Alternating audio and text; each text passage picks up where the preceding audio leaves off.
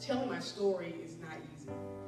Not because I can't, but because sometimes I don't want to. Sometimes it's hard to tell my story because I felt for years a lot of shame around it. I felt because I grew up in the church girl, you know, that the things that happened in my life should never have happened. And that's what I grew up believing. I grew up believing that I had to be perfect, Miss Goody Two Shoes, miss everything to everybody, because that's the message I was getting. But God set me free. Amen. And He gave me a new song. So I started my first business when I was 10 years old. I graduated from college with honors as a single mom. I worked for NASA. I've written a book. Okay, I've written several books. I'm an international blogger. I was in Essence Magazine's December 2013 issue as an expert. And I'm the creator of Bliss Body Butter. Some of you know about that. But that's just my bio. Here's my story. So I always had this bottle of rage right here in the center of my chest. I could never understand, why am I always so mad? So I became more feisty at that time of my life. This was in the 80s. And at that time, my family moved to the country. We lived in Atlanta. We moved to the country in an isolated area.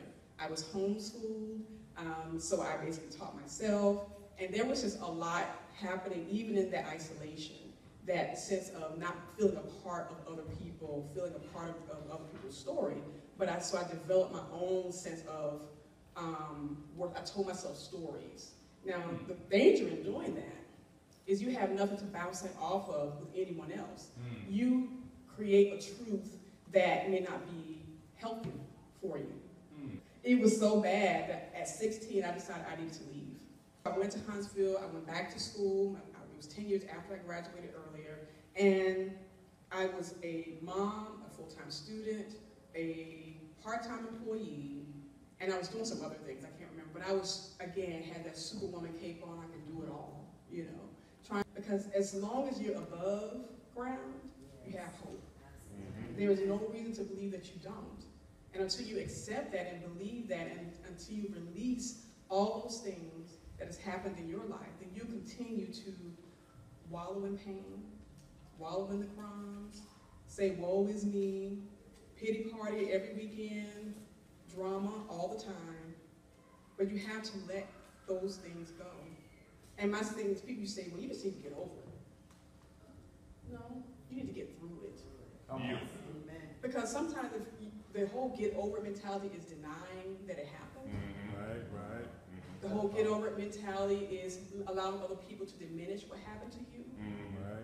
But you have to say, no, I'm going to get through it with God's help. I'm going to get through it. Not only have to relive everything, but it does mean that you have to acknowledge it, release it, and finally say, I deserve so much more. My tears are tears of joy.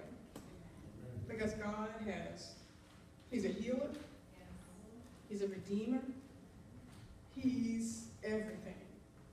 And until you know Him, truly know Him, you will not experience that. You will not be able to understand how much love He has for you and how He wants to heal you and set you free.